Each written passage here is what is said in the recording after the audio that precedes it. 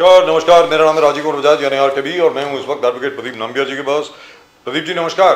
नमस्कार सर, नमस्कार। और हम दोनों कहाँ हैं? नेशन नाउ पर। नेशन नाउ हमेशा आपके साथ और हमेशा ही आपके साथ रहेगा। आप सबको जय हिंद, जय महाराष्ट्र, जय भवानी, जय शिवाजी, वंदे मातरम। वंदे मातरम। भारत माता की जय, जय हिंद, जय Hind. So, Pradeep ji, the BJP Maharashtra unit has got a new president, Mr. Ravindra Chavan, who used to be the PWD minister, Yes. Who came under a lot of criticism over the unfinished Mumbai-Goa highway. But, well, he's a party man and he has been working president of the BJP right over here in Maharashtra, and obviously the High Command is kind of pleased with him. That is number one. Number two, big comeback for the Maharashtra Navnirman Sena. Raj Thackeray is flying high now. I hope he consolidates. I hope he actually starts to work on this. And for the first time, we saw Uddhav Thackeray and Raj Thackeray really collaborate on something, which is really and truly wonderful. Which is really and truly wonderful to see. And number three, जो बार बार एक criticism आ रहा है, मुझे बड़ा अजीब लग रहा है कि भाई खड़गे साहब ने कहा, जब पूछा जाए, जब उनसे ये पूछा कि क्या सिद्धारमैया जी को बतौर मुख्यमंत्री पद के से हटाया जा रहा है कर्नाटका में, तो खड़गे साहब ने कहा that high command will decide. और ये कहा जा रहा है, oh we always knew it, this that, look at what a revelation. मतलब what is the revelation here? Nothing. I mean, come on. There's nothing, and everybody knows Kharge decides nothing. Pradeep ji, आप मुझे एक चीज बताएं, वो हाँ भी बोले तो कुछ भी होने कुछ फर्क नहीं पड़ता, ना भी बोले तो कुछ फर्क नहीं पड़े। प्रदीप जी, आप मुझे ये बताइए, महाराष्ट्र में जो रविंद्र चव्हाण साहब को president of the Maharashtra BJP unit बनाया गया है, could it have been done without the assent of the Prime Minister, Mr. Modi? सवाल ही और अमित शाह? तो हाईकमांड तो वो है ना, आपका पार्टी प्रेसिडेंट जो मर्जी हो। जेपी नड्डा साहब की बात कौन सुनता है? कौन, मतलब I don't understand this. I mean, this is absolutely crazy. So what? But there has been infighting in all the parties, in every system. There's been infighting in the BJP. There was until Tavade and Gadkari was sent out of Maharashtra, and Fadnavis was given absolute clean control of all the affairs. So even today, it is Fadnavis who decides. Fadnavis wanted Ravindra Chavan. Fadnavis wanted him as to take over as the president of Maharashtra. Before that, it's Bawan Khule, again very close to Fadnavis. So here the mandate is clear. जो फडणवीस जी के साथ खिलाफ थे, उन सबको महाराष्ट्र के बाहर कर दिया। गडकरी, तावड़े और जितने भी लोग हैं, Pankaja Munde sideline, and he's been given a free hand.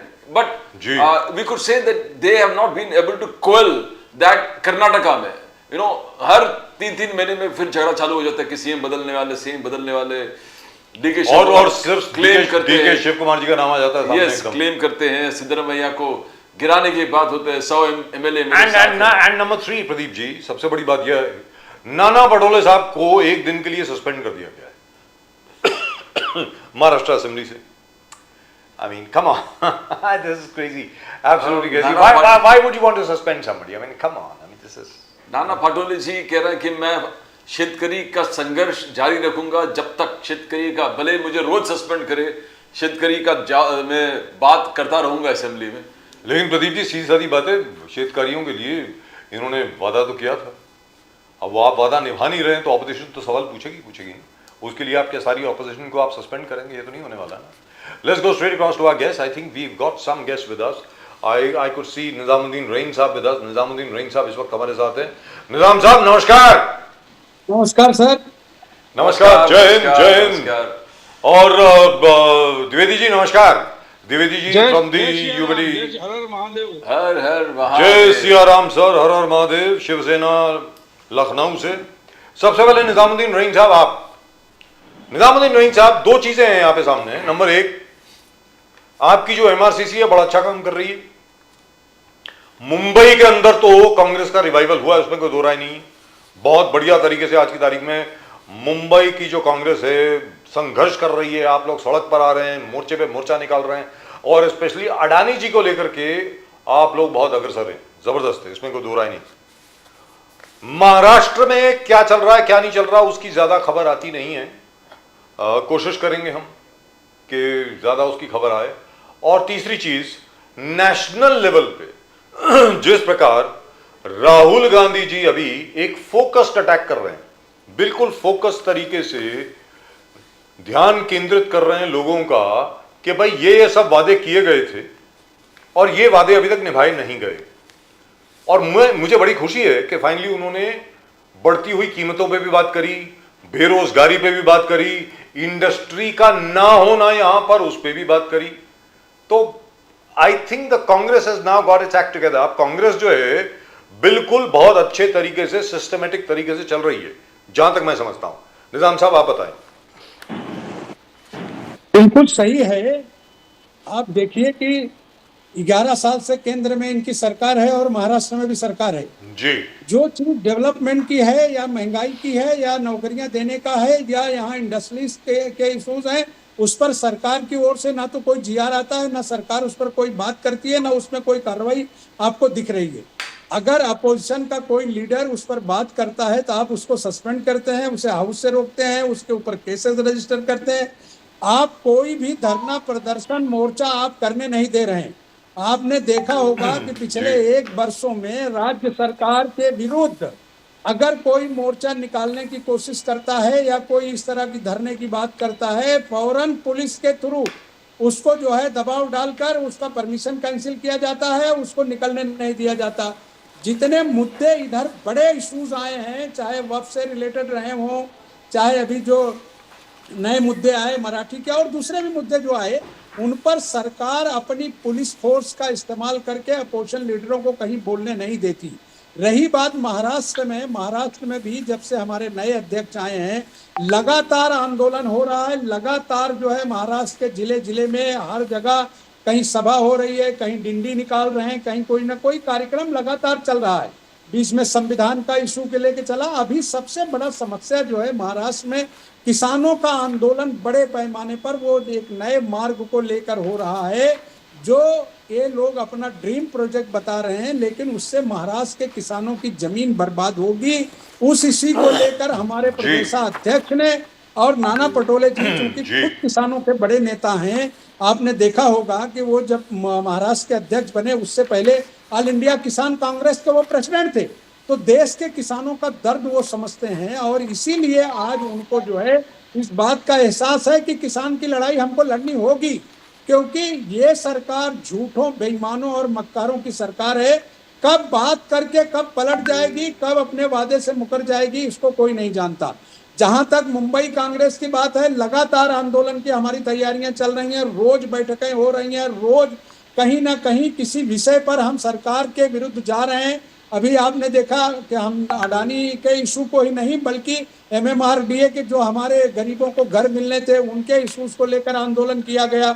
उससे पहले ED के मामले को आंदोलन किया गया, पुलिस के यहाँ डेलीगेशन गया, मुख्यमंत्री के यहाँ डेलीगेशन गया, खुद मुंबई कांग्रेस के अध्यक्षा बकरीद से रिलेटेड इशूज को लेकर गई। तो इससे कांग्रेस पूरी तरह से अपनी तैयारी में है और बिल्कुल अपोजिशन का जो सही रोल है उसको वो प्ले कर रही है। निजामुद्दीन साहब, बात यह है कि बीजेपी का जो आरोप है कांग्रेस पर, आप पर के तुष्टिकरण की राजनीति आप भी कंटिन्यूसली आपने कंटिन्यू कर दिया है, राइट फ्रॉम 60 साल से तुष्टिकरण, अब भी तुष्टिकरण, बिहार में भी आप तुष्टिकरण की राजनीति जिस प्रकार से कर रहे हैं, तो ये इंडिया अलायंस ये चाहता है कि वो शरिया या संविधान, तो शरिया, तो इस प्रकार से शरिया को पुश करना, तो अगर ठीक है, बीजेपी का कहना है तुष्टिकरण का राजनीति उस सीमा तक लेके जा रहे हो कि अब बिहार में ऐसा लग रहा है कि आप शरिया कानून को इंपोज करने को लग रहा है चुनाव से पहले, ये चुनाव के बाद, ये अच्छा सर मुझे आप बताइए शरिया है क्या? जो शरिया की वो बात कर रहे हैं उनसे बड़ा इडियट कोई नहीं है। अगर उनको मालूम नहीं है ये जो कल मोर्चा परसों हुआ है पटना में, वो शरिया से उसका क्या संबंध है? वो तो आपका हमारा जो है एक कानून है देश में, हमारी वक्फ हुई जमीनों के लिए आप उस पर डकैती कर रहे हैं, वो आप खुद एक्सेप्ट कर रहे हैं। इस देश की संसद से 213 सांसद, बल्कि 213 नहीं 224 या 225 सांसद उन्होंने उसके अगेंस्ट वोट दिया है। यानी सब जो है सारे हिंदू जो है शरिया में आ रहे हैं। शरिया के वो माने समझ ले, इतने बड़े इडियट हैं बीजेपी वाले कि उनको ये नहीं मालूम कि शरीयत क्या है और ये आंदोलन क्या आपका है, काम है ना समझाना। ये सिर्फ और सिर्फ लोगों को बेवकूफ बनाने, हिंदू मुस्लिम करने के अलावा इनके पास कुछ है? बेशर्मों की जमात है। इनको इतनी शर्म नहीं आती कि जाके सऊदी अरबिया में गले लगाते हैं, जो है दुबई में माथा चूमते हैं, किसी की खड़ाऊ उठाते हैं। यानी बेशर्मी की हद है। कि सारी तरफ आप जो है मुसलमानों को गले मिलाकर यहाँ उनका गला काटते हो, और अगर कोई हक की बात करे हिंदुस्तान में किसी के लिए तो आप उसके लिए तुष्टीकरण की राजनीति कर रहे हो। निजाम अरे साहब। तुष्टीकरण तो आप कर रहे हो। इस देश की संसद में 224 मेंबर ऑफ पार्लियामेंट जिन्होंने वोट किया है वो सब हिंदू हैं। उस पार्लियामेंट के 224 सांसदों में से सिर्फ 24 मुसलमान सांसद हैं। तो किसका तुष्टीकरण कर रहा है देश? इतने बड़े इडियट जिंदगी में नहीं पैदा होंगे इस देश में। बीजेपी का कहना है कि वक्फ कानून बन चुका है, वक्फ रिफॉर्म बिल निजामुद्दीन साहब कानून बन चुका है, आप फिर मुसलमानों को उकसाकर रास्ते पर लेके आना चाहते हो, जैसे सीए में कर दिया, हर चीज में कर दिया, कानून बनने कानून के खिलाफ। सुप्रीम कोर्ट ने कानून को चैलेंज किया है ना सर। जी किया। कानून बनाने का ये मतलब नहीं है कि आपने कानून बना के आपको थोप देना है। इस देश में ऐसे बहुत बार हुए हैं कि संसद में कानून बना है, उसके बाद वो कानून खत्म हुआ और उसको दूसरे रास्ते से लाया गया है। और ये कोई कानून बनाना नहीं है। आप दादागिरी करके लोगों के ऊपर प्रेशराइज्ड करके बेईमानी करके एक संस्था को जो मौलिक जिसका अधिकार है उसको आप जो है चैलेंज करके कानून बनाने भेज देते हैं। अगर आप पावर में हैं तो इसका मतलब नहीं है कि आप कोई भी कानून बना देंगे। अगर कानून आप बना देते हैं तो सुप्रीम कोर्ट ऑफ इंडिया ने उस पिटीशन को क्यों एक्सेप्ट किया, जिस पिटीशन की सुनवाई चालू है? तो आप इसको कैसे कह सकते हैं कि कानून के अगेंस्ट कोई जा रहा है? जी अच्छा, यहां पर मैं आपसे एक बात आप पूछना चाहता हूं निजाम साहब कि पटना में जो रैली हुई इतनी जबरदस्त रैली थी, कहने की इतनी ब्यूटीफुल, मतलब लोग देखिए, मतलब कितने लोग आए यार, क्या भीड़ उमड़ के आई वहां पे। 20 लाख लोग सर, मतलब इतनी बड़ी रैली कभी देखी नहीं गई है, वेरी फ्रैंकली। यस, लास्ट ऐसी रैली देखी गई थी 20 लाख लोग आए, 20 लाख। लास्ट ऐसी रैली देखी गई थी जेपी के वक्त, जयप्रकाश नारायण जी के वक्त, उसके बाद ये रैली देखी गई। अब मैं आपसे जानना चाहता हूं, उसके बाद मैं चाहूंगा द्विवेदी जी भी इसके ऊपर कमेंट करें। लोकसभा चुनाव के दौरान इसी प्रकार आरजेडी की और कांग्रेस की जो रैलीज हो रही थी उसमें जबरदस्त भीड़ आ रही थी साहब, बिल्कुल ऐसे लग रहा था कि मतलब 20 के 25 सीट तो आई पक्का। लेकिन जब वोट डालने की बात आती है तो वोट पड़ता है नीतीश कुमार को और बीजेपी को। ये क्या है निजाम साहब, बताएंगे जरा इसके बारे में? अरे सर, आपने अभी महाराष्ट्र में आपने देखा कि इलेक्शन कमीशन ने 3 महीने पहले सारी फुटेज गायब कर दी। तो बेईमानी की जो दलील है वो देश के सामने आ गई। राहुल गांधी ने जो आंदोलन चलाया इलेक्शन कमीशन के अगेंस्ट, जो बेईमानी का इशू था, वो सारा इनको नंगा कर दिया सर। अब इनके पास छिपाने को कुछ नहीं है, इनके नेताओं में कोई दम नहीं है जो सत्यता का मुकाबला कर सके। अब इन्होंने धोखा दे करके जिस तरह की छलावा किए हैं, जिस तरह की बेईमानी किया है, अभी वही एक ड्रामा और वो बिहार में करने जा रहे हैं। वो डिजिटलाइजेशन जो ला रहे हैं वोटिंग का, वो सिस्टम में भी एक प्रॉब्लम ये आने वाला है, उस पर भी वर्किंग हो रही है। राहुल गांधी ने उस पर भी जो सारे एक्सपर्ट्स हैं उनको बिठाया है, उसका रिजल्ट भी आपके सामने दिखेगा। सरकार किसी चीज को मानने के लिए तैयार नहीं है। महाराष्ट्र आपके सामने खुला हुआ है कि एक ही गांव में एक ही घर के एड्रेस पे 7,000 वोट कैसे हो सकता है, एक ही मोबाइल पर हजारों वोट कैसे रजिस्ट्रेशन हो सकते हैं। और 2 घंटे के अंदर आप जब वोट का रेशियो, सुबह से जो परसेंटेज था वोट पड़ने का, आप यही कवर कर रहे थे, आपने देखा कि अगर वो 4 बजे तक अगर 60% पड़ा है तो 2 घंटे में 40% कैसे पड़ सकता है? और उसके बाद उसका कोई जवाब नहीं है। तो ये बेईमानी की जो दुकान चल रही है, देश का हर नागरिक समझ गया है। देखिए सर, हम अपोजिशन में हैं, विरोध करेंगे, ये अलग बात है, लेकिन जो सत्यता है वो जनता को भी पता चल गया है। इसलिए जनता आज उनके साथ खड़ी नहीं हो रही है। जिस विषय को वो लाएंगे, अब उसमें किसी नेता को बोलने की जरूरत नहीं है। उदाहरण के तौर पर आपने देखा कि राज साहब ठाकरे, उद्धव साहब ठाकरे दोनों ने मराठी के मुद्दे को लेकर एक आंदोलन की धमकी दी। सरकार तलवे चाटते नजर आ रही है। कल परसों इसी डिबेट में हम आपके यहाँ थे। और जनता का दबाव बढ़ रहा है क्योंकि जनता समझ गई है कि ये चोर लुटेरों बेईमानों की सरकार है जो सिर्फ और सिर्फ बेवकूफ बना रही है। कभी राशन देके, कभी हिंदू मुस्लिम की बात करके, कभी पाकिस्तान की बात करके, कभी मंदिर की बात करके, जबकि सत्यता क्या है देश को पता चल गया है। इसलिए अब जन आंदोलन जैसे जयप्रकाश नारायण जी के जमाने में हुआ था, आज 1000 आदमी का आंदोलन बुलाइए, 10,000 लोग खड़े हैं। तो आप ये Wonderful. समझ लीजिए कि वो दिन करीब आ रहा है कि 77 वाला दौर रिटर्न होगा और बीजेपी को अपना बोरिया बिस्तर बांधना पड़ेगा। द्विवेदी जी, पहली बार देखा गया कि उद्धव ठाकरे जी और राज ठाकरे जी के बीच में ऐसा मेल मिलाप हुआ, जबरदस्त। और जैसे ही महाराष्ट्र नवनिर्माण सेना और शिवसेना इकट्ठे आए, बाकी सब पार्टीज ने भी उनको अपना समर्थन दे दिया। सरकार को पीछे हटना पड़ा सर। ये इस किस्म की यूनिटी क्या आगे भी देखने को मिलेगी द्विवेदी जी? देखिए बजाज साहब, बहुत स्पष्ट बात है जी कि इशू कौन मुद्दा लाया, हिंदी भाषा को किसने कहा कि साहब 1 से 5 तक आपको वैकल्पिक हो या पढ़नी पड़ेगी। जी अभी तक महाराष्ट्र का इतिहास रहा है और महाराष्ट्र सबसे ज्यादा अगर बोलने वाली भाषा है वो हिंदी है। ऐसा नहीं है कि हिंदी कोई नहीं बोलता, हिंदी सब बोलते हैं, चाहे डिबेट में हो चाहे आपका पर्सनली हम बम्बई जाते हैं वहां देखते हैं हिंदी मैक्सिमम भाषा थी। तो क्या उन्होंने जो लोग बोल रहे हैं हिंदी भाषा वो क्या 1 से 5 तक उन्होंने सीखी? नहीं, 1 से 5 तक उन्होंने नहीं सीखी। उसकी जरूरत थी, लोगों ने सीखा और लोग बोल रहे हैं। कोई चीज थोपना, आप किसी चीज को थोप रहे हैं, ये इसका विरोध शिवसेना मनसे ने किया। आज फडणवीस जी को रद्द करना पड़ा।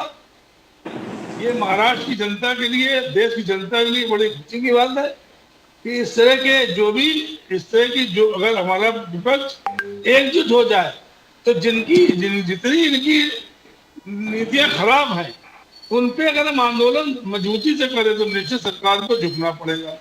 अब आइए, आप इमरजेंसी की बहुत बात करते हैं लोग कि साहब इमरजेंसी पे उन्होंने एक अध्यादेश भी ले आए जिसमें इमरजेंसी के लिए उन्होंने कह दिया साहब ये तो 8 बंदे की हत्या हो गई, इमरजेंसी में संविधान की हत्या हो गई। तो मैं एक बात पूछना चाहता हूँ, इमरजेंसी अगर लगी भी थी तो इमरजेंसी राष्ट्रपति के द्वारा लगाई गई थी, जिसके लिए माननीय इंदिरा गांधी ने 1970 के बाद माफी मांगी और 1980 में उनकी सरकार आई। जी आई। अब 50 साल से ऊपर बीत गया है, हमें भी याद नहीं इमरजेंसी क्या थी। हम तो अपने बाप दादा सुनते थे इमरजेंसी का मतलब ये है। माननीय हिंदुत्व सम्राट बाला साहब ने कहा था इमरजेंसी जो लगी इसका मैं समर्थन करता हूँ। आज सब बातें लाने की क्या जरूरत? आपने सब 356 धारा जो है वो लगाई गई, 96 बार सरकार ने गिराई, बहुत अच्छी बात है क्योंकि संविधान में निहित 356 धारा। लेकिन एक चीज मुझे बताइए, एनसीपी तोड़ना, शिवसेना तोड़ना, विधायक खरीदना और बताना साहब ये तो मेरे पास अपने आप आ रहे हैं, जबकि आप उनको सीबीआई, ईडी, आईटी का डर दिखाकर उनको अपने पास ला रहे हैं। अगर हम संविधान के तहत भी कार्य कर रहे हैं तो गलत कैसे हो गया? उस संविधान के तहत सरकारों को अधिकार दिए गए ना कि हाँ भाई ये काम आप करिए, लेकिन विधायक तोड़ना, चुनावों को दुरुपयोग करके पार्टियां तोड़ना, उनको सिंबल दे देना, ये किस संविधान में लिखा है? मुझे भारतीय जनता पार्टी बता दे किस संविधान की बात करते हैं। तो 2014 से पहले जो भारतीय जनता पार्टी चल रही थी उसकी नीतियां एक अलग थी, वो नियत और नेकी चल रही थी, जिस भारतीय संस्कृति से चल रही थी। लेकिन 2014 के बाद जब माननीय मोदी जी आए, मोदी जी से हमारी इंडिया गठबंधन या किसी नेता कोई मनभेद नहीं है, लेकिन हम उनकी नीतियों को यहाँ बैठ के बात कर रहे हैं तो माननीय प्रधानमंत्री के द्वारा नीतियों का विरोध कर रहे हैं। द्विवेदी जी, आप मुझे एक बात बता दीजिए, ईस्ट इंडिया कंपनी आई थी, ईस्ट इंडिया कंपनी धीरे धीरे पूरे देश में कब्जा किया। आज मैं कह रहा हूँ अडानी की बात अगर लीजिए, आप जो पत्रकार हैं, कहाँ माननीय प्रधानमंत्री जी ने के सहयोग से कहाँ उनको काम मिल रहा, किस देश में उनको काम मिल रहा। कुछ देशों ने इसके बारे में बताया भी कि साहब माननीय प्रधानमंत्री के द्वारा हम इनको काम दे रहे हैं। तो क्या ये उचित है? प्रधानमंत्री अगर एक व्यक्ति के लिए कार्य कर रहा है तो मैं समझता हूँ ये देश का दुर्भाग्य है। द्विवेदी जी, जब पूरे दुनिया और पूरे देश इमरजेंसी का आलोचना करते हैं, पूरे दुनिया कहते हैं कि डार्केस्ट डेज ऑफ डेमोक्रेसी, पूरे देश और दुनिया जब पिन पॉइंट करते हैं तो संजय राउत जी कहते हैं कि इंदिरा गांधी जी ने इमरजेंसी कानून के तहत डिक्लेयर किया और कानून के तहत विड्रॉ कर दिया। तो कैसे जस्टिफाइड है? Darkest days of democracy of India, ना आप उसको जस्टिफाई कर रहे हो। लागू 1 करोड़ लोगों से ज्यादा नसबंदी कर दिए, 1 लाख लोगों से ज्यादा अरेस्ट हुए थे, illegal arrest. How can you justify that Dwivedi ji? Pradeep ji, मैंने वही तो भी आपसे कहा अपने उद्बोधन में कि इमरजेंसी को माननीय राष्ट्रपति के द्वारा साइन से लगाया गया था। अगर इमरजेंसी में किसी को दिक्कतें हुई, भाई हमारे बाप दादा, हमारे पापा वगैरह कहते थे इमरजेंसी बहुत अच्छी थी, इमरजेंसी लगी बहुत बढ़िया। हमारे हिंदू सम्राट बाला साहब ठाकरे कहते थे इमरजेंसी के ट्रेन टाइम पे आती थी। बात ये 50 साल बाद जब देश की जनता ने माननीय इंदिरा गांधी को माफ करके सरकार बनवा दी 1980 में जी, तो आप इमरजेंसी विरोध कैसे कर सकते हैं? आप जनता से बड़े हो गए क्या? 50 साल बाद आपको याद आ रहा है?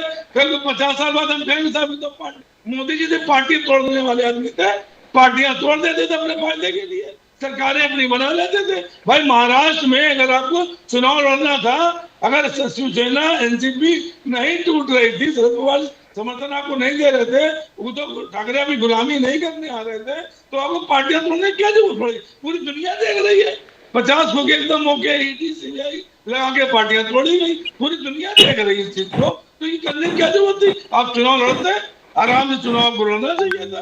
देखिए आज के देश में स्वार्थी लालची भी नेता पैदा हो गए, जो अपना स्वार्थ देखते हैं, अपना लालच देखते हैं। आज मुख्यमंत्री उनको लालच मिला था, एक नाथ शिंदे वो पहुंच गए सरकार बनाने, लेकिन आज की डेट में नीचे पैदा लोग हैं, उप मुख्यमंत्री बन गए, उनके मानने वाले विभाग भी नहीं दिए जा रहे। तो ये चीजें जो है इस तरह की आप राजनीति करेंगे देश में, तो ये कोई अच्छा विकल्प नहीं दे रहे हैं देश को। जी द्विवेदी, ये अच्छी चीजें आपको नहीं दे रहे हैं। Right, let me go to Nizam साहब जी। निजाम साहब, जो अभी द्विवेदी जी ने कहा, it's really and truly very important. ध्यान से सुनिए सर, उन्होंने कहा कि भाई कांग्रेस ने जब किसी भी स्टेट गवर्नमेंट को डिसमिस किया तो अंडर 356 डिसमिस किया, मतलब 6 महीने के अंदर अंदर वहां पर आपको चुनाव कराने हैं। यहां पर तो किसी सरकार को डिसमिस करने के बजाय पार्टी को ही तोड़ देते हैं, पार्टी का सिंबल ले लेते हैं, सब कुछ ले लेते हैं। निजाम साहब बोलिए सर। पाटिल साहब, वेलकम टू द शो। जय महाराष्ट्र। अभी इनकी 1-1.5 साल की 2 साल की गवर्नमेंट में जी 25 लोगों के ऊपर ईडी के केस बने, 25 लोगों पे। 25 में से 23 बीजेपी में चले गए, उनके सारे केस माफ हो गए। उसमें से आपके दोस्त भी हैं, कई लोग भी हैं सर, सारे तो दोस्त आप हैं, कौन दोस्त नहीं है? बेईमानी सभी की दोस्त सारी हद तो ये क्रॉस कर रहे हैं जी, करेक्ट। सारे। आप खुद देखिए, आज ही मैं देख रहा था, दैनिक भास्कर की एक रिपोर्ट है कि 25 बड़े नेताओं पर ईडी का केस रजिस्टर हुआ, भ्रष्टाचार का या जो भी केसेस थे। 25 में से 23 नेता बीजेपी में चले गए जी, और वो 23 के 23 ऐश कर रहे हैं, या तो सत्ता की किसी पोस्ट पर बैठ गए या केस खत्म हो गया। रात को नींद तो आ रही है उनको। बेईमान कौन है? और अभी हमारे मित्र हमारे शिवसेना वाले नेता कह रहे थे, वो बिल्कुल सही बात है कि अब वो सर उनको कुछ नहीं मिलता तो पार्टी तोड़ के अपना कर लेते हैं। अरे भाई, इंदिरा जी ने इमरजेंसी लाया, आज इनके पेट में दर्द हो रहा है 50 साल पहले। जिसके ये बच्चे हैं मधोक, बलराज मधोक की चिट्ठी आज भी पब्लिक डोमेन में है, आप दिखा दीजिए। पब्लिक डोमेन में वो चिट्ठी है, उन्होंने मिसेस गांधी को, इंदिरा गांधी को इस काम के लिए सपोर्ट किया था। बाला साहब ड्योरस की बात कर रहे हैं सर, बलराज मधोक नहीं। सही लगाई गई क्योंकि आप देखिए कि जनता को कोई कष्ट नहीं था सर। बलराज मधोक जी नहीं, जनता बाला को साहब ड्योरस। टाइम पर निजाम साहब, बाला साहब ड्योरस की चिट्ठी है, बलराज मधोक जी नहीं, बाला साहब ड्योरस। सॉरी, बाला साहब देवरस जी। उस वक्त जो है ये आरएसएस के बड़े नेता थे। नहीं, आरएसएस के नेता थे सर। आज सरसंघचालक थे। डोमेन में है जी है। और वो चिट्ठी इसी बात के लिए उन्होंने इंदिरा गांधी को लिखा था कि मैं आपको सपोर्ट कर रहा हूँ। जी। अब इनके पास कोई चीज बताने को है नहीं। अगर बताने को नहीं है तो 50 साल पुराने रिकॉर्ड निकाल कर आप किसी को बदनाम करेंगे। अरे आप 2002 का फसाद देखिए, आपने औरतों का पेट चीरा, वो इमरजेंसी से भी बुरा था कि इमरजेंसी में इंदिरा गांधी ने किसी गरीब को तकलीफ नहीं दिया, ट्रेनें वक्त पर चली, लोगों को सैलरियां गरीब को पकड़ कर नसबंदी कराया, ये बीजेपी का आरोप है। 1 करोड़ गरीब का नसबंदी कराया आपने, और नसबंदी के चक्कर में आप हारे हैं सर। नसबंदी गरीबों को 140 करोड़ लोग होते हैं, अगर उसमें 1 लाख 2 लाख लोगों की नसबंदी हुई तो उसमें 1 करोड़ कम 1 करोड़ हुए। इस देश की आबादी बढ़ने नहीं से सर, 1 उन्होंने करोड़ रोका, लेकिन उसमें कैसा था सुनिए सर, उसमें ऐसा था कि कुछ अधिकारियों की बदमाशी थी कि वो अपनी लालच में जबरन किसी ना किसी को हायर किया, किसी अधिकारी को कुछ गिफ्ट मिलने वाला है, जी। उसने बगैर बताए किसी को धोखा दिया। तो ये तो हर जमाने में अधिकारियों का भी आपने देखा होगा कि थोड़े दिन पहले सुप्रीम कोर्ट के ऑर्डर के बावजूद कर्नाटका के एक अधिकारी ने किसी का घर गिरा दिया, सुप्रीम कोर्ट ने उसके ऊपर फाइन किया, उसको सस्पेंड किया। तो कभी कभी अधिकारी जो है अपनी चाहत के लिए सरकार के विरुद्ध जाते हैं और काम करते हैं। लेकिन उसके दूसरी लिए हार गई चीज ना ये कि कांग्रेस। इन बैंकों का लेकिन राष्ट्रीयकरण निजाम साहब, क्या मोदी में दम है? लेकिन निजाम साहब 1977 में कांग्रेस हार गई और 1978 में इंदिरा जी ने सार्वजनिक तौर पर माफी मांगी इमरजेंसी के सर, लिए, माफी के और बाद जो 1980 के इलेक्शन बाद 1980 में कांग्रेस बहुत बड़े बहुमत के साथ वापस आई ना, 356 सीट लेकर के आई। ऐसी क्या बात है? वो तो हुआ ही। 353 सीटें जीतकर जनता ने उनको 356 भेजा सर, लोकसभा तीन में, तीन सरकार इंडिपेंडेंट बनी। भी थे आपके साथ, 3 इंडिपेंडेंट भी थे आपके साथ सर, 356 सीटें थी, 356 यस, जी याद तो है मुझे। एक बात तो सर खत्म हो गई, क्योंकि अब इनके पास कोई विषय नहीं है। आज गरीबी पूरे तरीके से देश में आ गई है, बेरोजगारी तो सर, पूरी निजाम तरीके साहब, से आ गई can है, I go to law Pathare and साहब? ऑर्डर तबाह हो गया है और शहरों का सिस्टम बिगड़ गया है सर। जी जी दुरुस्त बात है। लेट मी गो टू पाठरे तो साहब। आज हालत ऐसी है, ट्रैफिक कंट्रोल नहीं कर पा रहे हैं। आप मुंबई जैसे शहर में, जो इंटरनेशनल सिटी जिसको आप बोलते हैं कि हम पेरिस और लंदन की तुलना करेंगे, आप 1 घंटे में अपने जगह पे नहीं पहुंच सकते हैं सर। नहीं बहुत आज हालत ऐसी है कि आप बसों का किराया बढ़ा रहे हैं। आज 1 तारीख हो गई, रेलवे का किराया बढ़ा दिया। जी, बढ़ा आपके दिया। पास विजनरी लीडर नहीं है, कोई बेईमान लीडर है जो बनियों के लिए काम कर रहा है। और तो और छोड़िए, वो तो व्हीकल का जो रोड टैक्स है उसको भी डबल कर दिया। Let me go back to Manish Pathare साहब। मनीष पाठरे साहब, कॉन्ग्रेचुलेशन। सबसे पहले तो आपको बहुत बहुत बहुत बहुत साधुवाद। आपने फोर्स किया सर, जबरन सरकार को पीछे हटना पड़ा। मुझे याद है हेमंत कामले साहब ने कहा था यही होने वाला है, सैटरडे को वो हमारे साथ थे शो में, उन्होंने कहा था ये होने वाला है और अगर नहीं होगा तो सरकार देख ले उसके साथ क्या होगा। राज साहब ने भी यही कहा। राज साहब ने कहा जो बाकी जगह पे लागू होता है वो महाराष्ट्र में भी लागू होना, और अगर आपको ये एक्सपेरिमेंट करना है तो तमिलनाडु से शुरू करो, कर्नाटक से शुरू करो, केरल से शुरू करो ना। एक से फर्स्ट से 5th स्टैंडर्ड के बच्चों को आप 3 लैंग्वेज फॉर्मूला क्यों डाल रहे हैं? अरे भैया, 9th 10th और 11th में और 9th और 10th में किसी बच्चे को यह मालूम नहीं होता कि मुझे साइंस स्ट्रीम में जाना है, कॉमर्स में जाना है, कि मुझे आर्ट्स में जाना है, ह्यूमैनिटीज में जाना है। उसके लिए भी वो बेचारा एडवाइस लेता है, और 1st और 5th के बच्चों को आप बोल रहे हैं कि ये ऑप्शनल लैंग्वेज है। But first of all congratulations, fantastic, really and truly lovely. Manish Pathare साहब, आप इसके बारे में क्या कहेंगे? अब आप बताएं प्लीज। सबसे पहले तो इस सब जो वारदात हुई है अभी, इसमें सबसे पहले बड़ा थैंक्स और शुक्रिया मैं पूरे महाराष्ट्र के मराठी जनता करूंगा कि जिन्होंने इस आंदोलन में खुद ही अपना सहभाग दिया।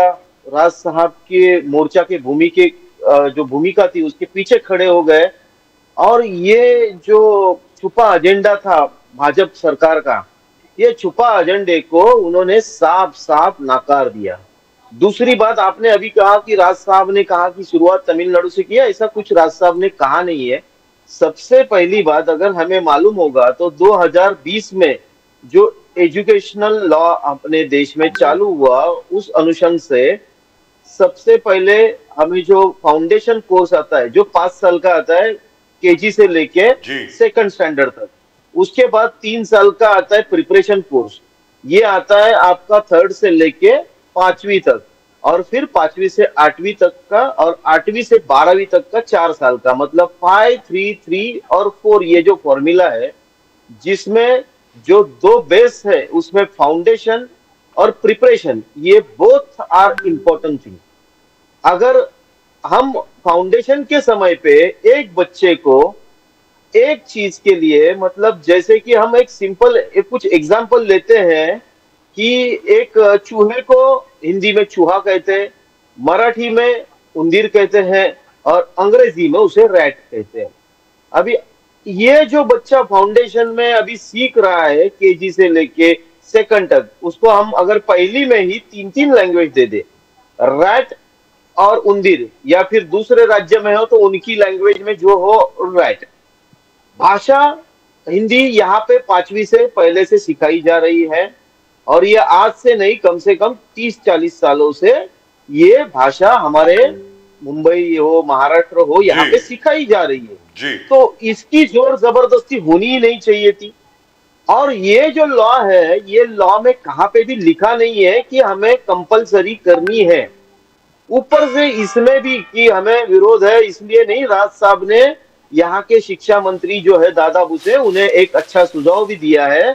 अगर तीसरी लैंग्वेज चाहिए तो आप इसमें जो खेल है वो खेल की एक आध भाषा ऐड कर दीजिए, लोगों को स्विमिंग सिखाइए, या उन्हें और कोई भी जो मतलब हमें कुश्ती है या और जो भी चीजें हैं उसमें बच्चे लोग को आप आगे लेके जाइए जिनमें उनकी रुचि रहती है, और वो आगे जाके उनके भवितव्य के लिए बहुत इंपॉर्टेंट है। बिकॉज आपने अभी देखा होगा कि अभी ये सब मीडिया और ये में दिखाते कि हर बच्चा, छोटा बच्चा शुरुआत ही मोबाइल से कर रहा है।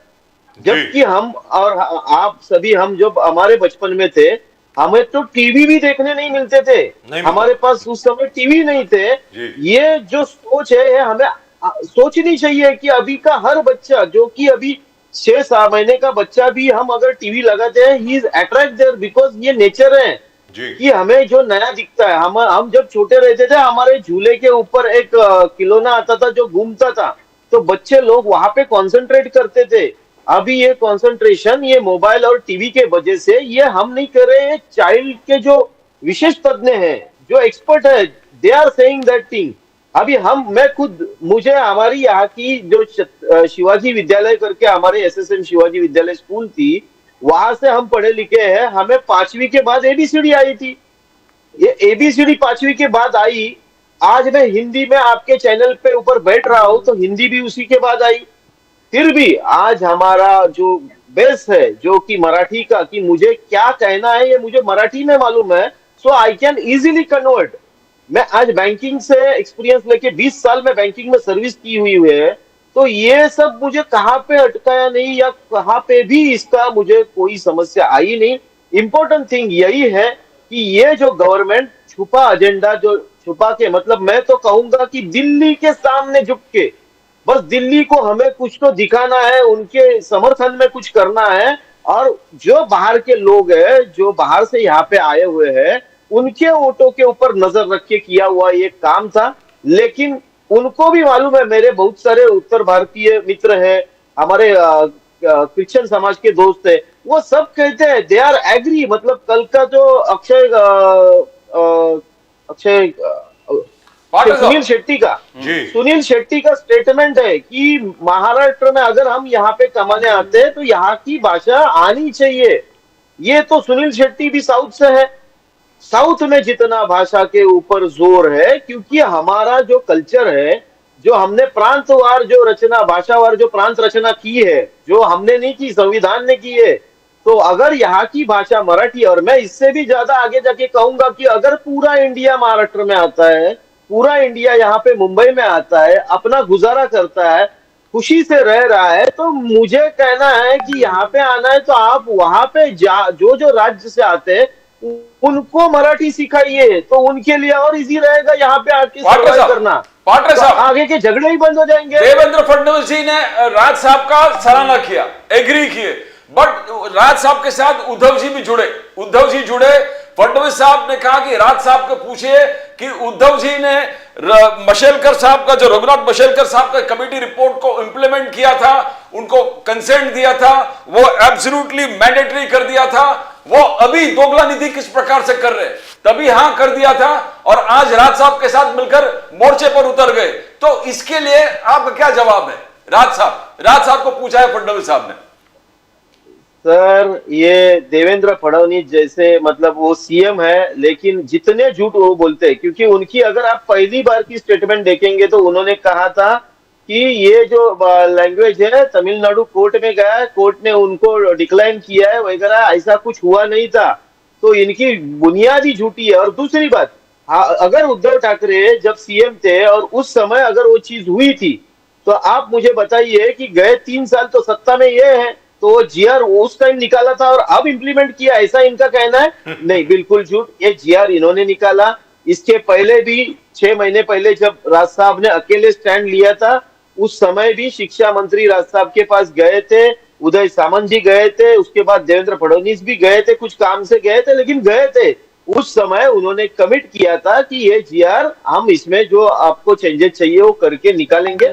फिर अचानक स्कूल चालू होने के टाइम इन्होंने ये नया जीआर निकाला और इसका कहना वही था कि हमें तीसरी लैंग्वेज लानी है, और लाने के पहले इन्होंने खुद ही हिंदी के बुक्स जो है मार्केट में दे दिए थे, उसको छपाई उसकी चालू हो गई थी। तो इसका मतलब इनका छुपा जो एजेंडा था, और सर, अगर छुपा हम एजेंडा कहते क्या हैं है? कि उद्धव ठाकरे के साथ में थे, तो ये दो ठाकरे एक साथ आके इतना बड़ा मोर्चा निकलने वाला था, उसके पहले डर के मारे इन्होंने ये दोनों जीआर, कोई भी मीटिंग नहीं की, किसी से भी पूछा नहीं है। आपको मालूम होगा कि बीच में उन्होंने एक मीटिंग की थी, उसके बाद उन्होंने डिसाइड किया कि हम इसके ऊपर एक कमेटी बिठाएंगे। वो कमेटी का डिसीजन 4 दिन में इन्होंने खुद ही डिसीजन लेके ये दोनों जीआर कैंसिल किए। तो पाठक इसका साहब, मतलब ये गवर्नमेंट लोगों को कुछ इंपॉर्टेंट चीजों से छुपाने के लिए ये जी। अलग ट्रैक पे लेके जा रही है। तो पठान साहब, इसके पीछे सोच क्या हो सकती है? बिकॉज बच्चों की एजुकेशन को लेकर के सब एजुकेशनिस्ट का यह मानना है, we have to be very careful, you cannot overburden kids. बच्चों के ऊपर आप ज्यादा भार नहीं डाल सकते। तो इनकी मंशा क्या थी? आपको एक ही चीज सबसे पहले बताता हूँ, यही गवर्नमेंट थी जो कि हम कह सकते हैं कि ये मोदी गवर्नमेंट ने बच्चों के 2020 में जो लॉ आया उस हिसाब से बच्चों का जो पीठ के ऊपर का वजन है, जो बैग में वजन रहता है, वो वजन कम करने के लिए बात की थी।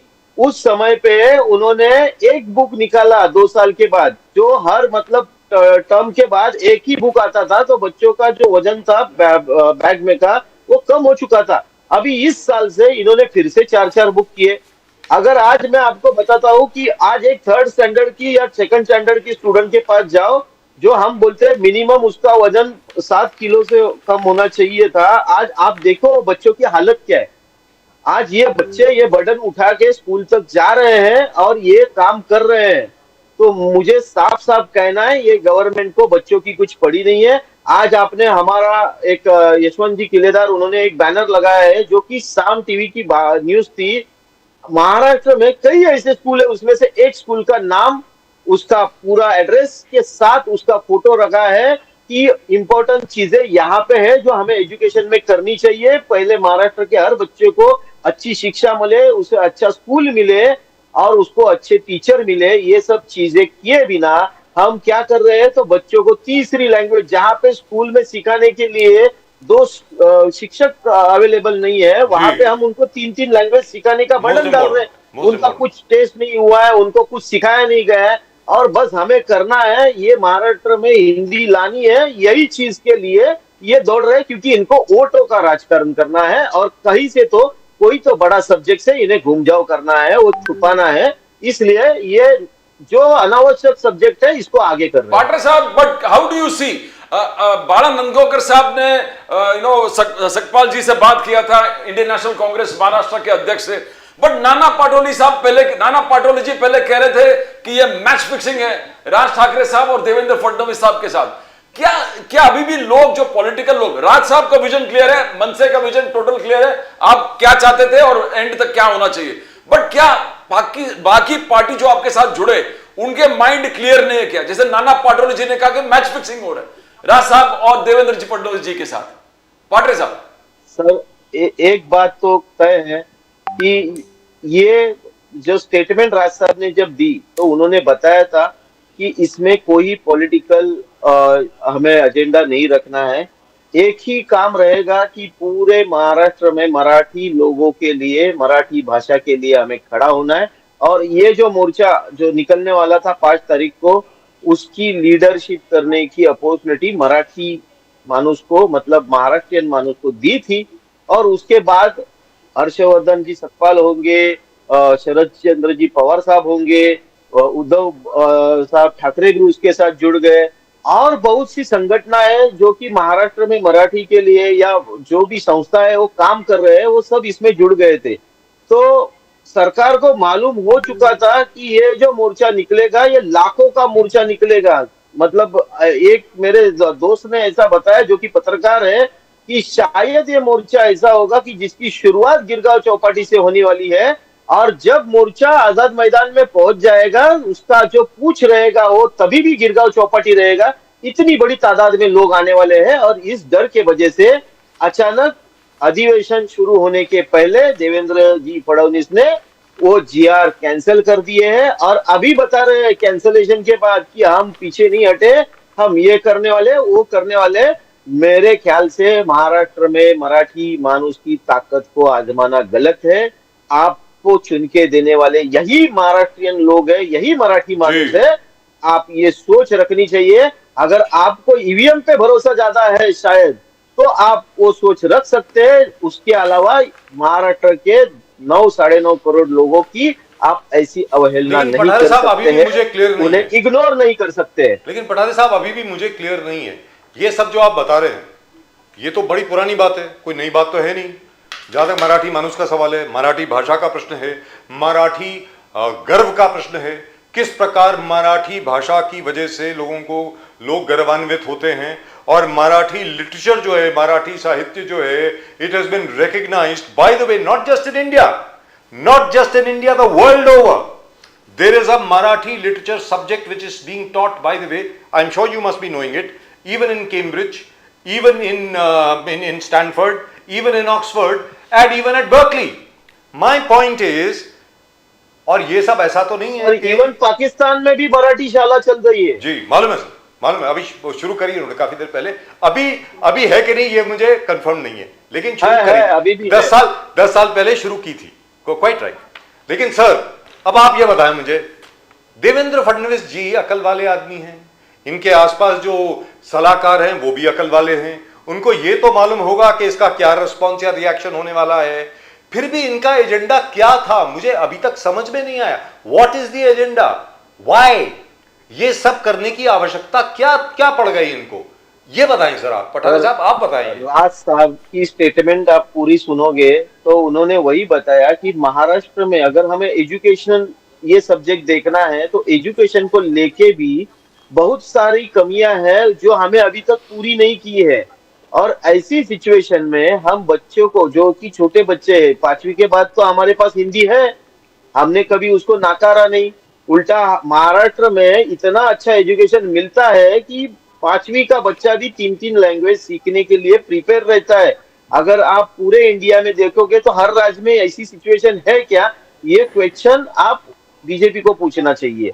दूसरी बात कि राज साहब के स्टेटमेंट में उन्होंने कहा था कि इसके पीछे कोई तो छुपा एजेंडा है, कि इन्होंने कुछ तो छुपाना है लोगों के नजरों से, इसलिए ये जो सब्जेक्ट ही नहीं बना है, ये सब्जेक्ट को ये जबरन थोप रहे हैं और ये इशू क्रिएट कर रहे हैं।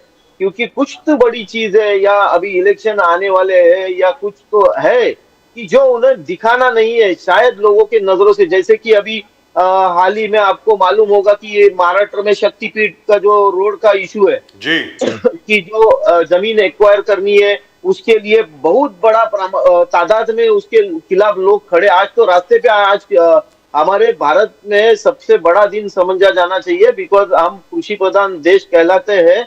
आज शेतकरी दिवस होता, और आज के दिन में बहुत से जो किसान हैं हमारे, वो रास्ते पे आके रास्ता रोको कर रहे हैं, उन्हें अरेस्ट किया जा रहा है। दूसरी जगह पालघर जैसे जगह पे, जहां पे अच्छी वस्ती है, वहां पे भी खेती, मतलब आपको मालूम होगा कि अगर हमें इलायची या केली मतलब केला जो रहता है वो खाना होगा, या चीकू आज के घड़ी में सबसे ज्यादा ये वसई विरार पालघर ये सेक्टर से आ रहा है। वहां पे बहुत बड़ी खेती है, जहाँ पे चावल भी निकल रहे हैं और बहुत सारे चीज है। मतलब अभी तो हाल ही में एक घर में एक 60 किलो 65 केजी से ऊपर का जैक फ्रूट, मतलब फनस जो रहता है, वो फनस वहां पे निर्माण हुआ था। तो ऐसी बहुत सारी चीजें वहां पे हम वाड़बंद करके जो बंदर है वो जबरन उनके ऊपर थोप रहे हैं। वहां की महिलाएं, वहां के मच्छीमार है, वहां के किसान है, वो रास्ते पे आके इसका विरोध कर रहे हैं, सर्वे होने नहीं दे रहे। ये सब चीजें जबरन महाराष्ट्र में क्यों ला रही है? कोकन में जो अणु ऊर्जा प्रकल्प लाया है, या कोकन में जो रिफाइनरी ला रही है, उसकी सही में जरूरत वहां पे है। अगर गुजरात में कुछ नहीं हो रहा है तो पालघर के बाजू में बॉर्डर लग के गुजरात है, अगर वाड़वन में जो बंदर हो सकता है तो वो गुजरात में क्यों नहीं लेके जा रहे? अगर यहाँ के लोगों को नहीं चाहिए तो हम लोगों के लिए सरकार बनाइए। तो ऐसे बहुत सारे सब्जेक्ट है, जैसे इनफैक्ट इफ आई रिकॉल हाल ही में sorry, I'm on this जो subject, मंत्री sir. है उन्होंने कहा कि किसानों को जो दे रहे हैं वो मोदी जी दे रहे हैं, मोदी जी ने ये दिया, मोदी जी ने वो दिया, मोदी जी के वजह से आप मोबाइल यूज कर रहे हैं।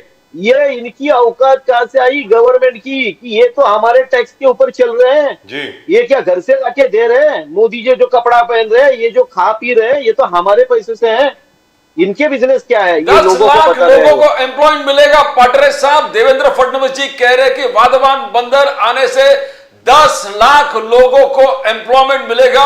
वहां पर बंदर भी होगा, वहां पर एयरपोर्ट भी होगा और एक विश्व के 10 बिगेस्ट पोर्ट्स में से वाधवान फेमस होगा। तो उधर कमर्शियल पूरे तरक्की होगा, ऑलराउंड साइक्लिक इफेक्ट होगा, एम्प्लॉयमेंट। तो इसका विरोध देवेंद्र फडणवीस जी, बीजेपी कहना है कि एक प्रोग्राम्ड तरीके से हो रहा है। सर अब आपको अभी अच्छी एक बात पूछता हूँ, आप ये चैनल के आप ओनर हैं? जी बोलिए बोलिए। यस, आप ये चैनल के ओनर है। As a owner you are feel very proud, yes क्योंकि आप एक चैनल है, ऑनलाइन हो कहाँ पे भी आपका एक खुद का चैनल है। जी कल अगर मैं बोलूं कि आपको एबीपी में आपको एक जॉब रिकमेंड करता हूँ, आपको वहां पे जाके सैलरी के ऊपर काम करना है, सो सर आपको डबल सैलरी दे रहा हूँ, फिर भी हम खुद की जो है किसान की जो नाल जुड़ी होती है वो मट्टी से जुड़ी होती है। जो मच्छी मार है उनका पूरा पेट जो है वो समंदर से जुड़ा हुआ होता है, और ये वो पहले हकदार है। उनको अगर किसी के हाथ के नीचे नहीं काम करना है, तो वही बोल रहा हूँ ना कि आपको ये 10 लाख एम्प्लॉयमेंट वहां पे क्यों लाने हैं? तो कोकन में जो बंदर बन रहे हैं वहां पे क्यों नहीं बना? अभी कोकन में आपको मालूम होगा दीघी में जेट्टी बन रही है, जो कि सबसे बड़ी मतलब बहुत बड़ी जगह, वहां पे भी तादाद में खींच रही है। रत्नागिरी में जेट्टी बन रही है, मीरा बंदर करके जो है वहां पे बड़ी जेट्टी बन रही है। उसके आगे राजापुर में जेट्टी बन रही है। ये सब चीजें क्यों बन रही है ये तो कोई बता नहीं रहा है। तो यहाँ पे एम्प्लॉयमेंट आने वाला है कि नहीं, कि खाली बस वर्ड 1 में आने वाला है? तो अगर आपको संयुक्त लगता है, आपको लगता है ये करना चाहिए, तो फिर आप एक जगह पे जहां पे लोगों को तकलीफ नहीं हो, जहां पे ऑलरेडी जगह एक्वायर की गई हो, ऐसे जगह पे जाके ये सब चीजें करो। Now over here I'd like to point out something. झाड़ है, जी पेड़ है। दुरुस्त। Now I would like to point out one thing, sir. और सर इसमें एक चीज मैं और आपको रिफ्लेक्ट जी, करना जी, चाहता जी, हूँ जी।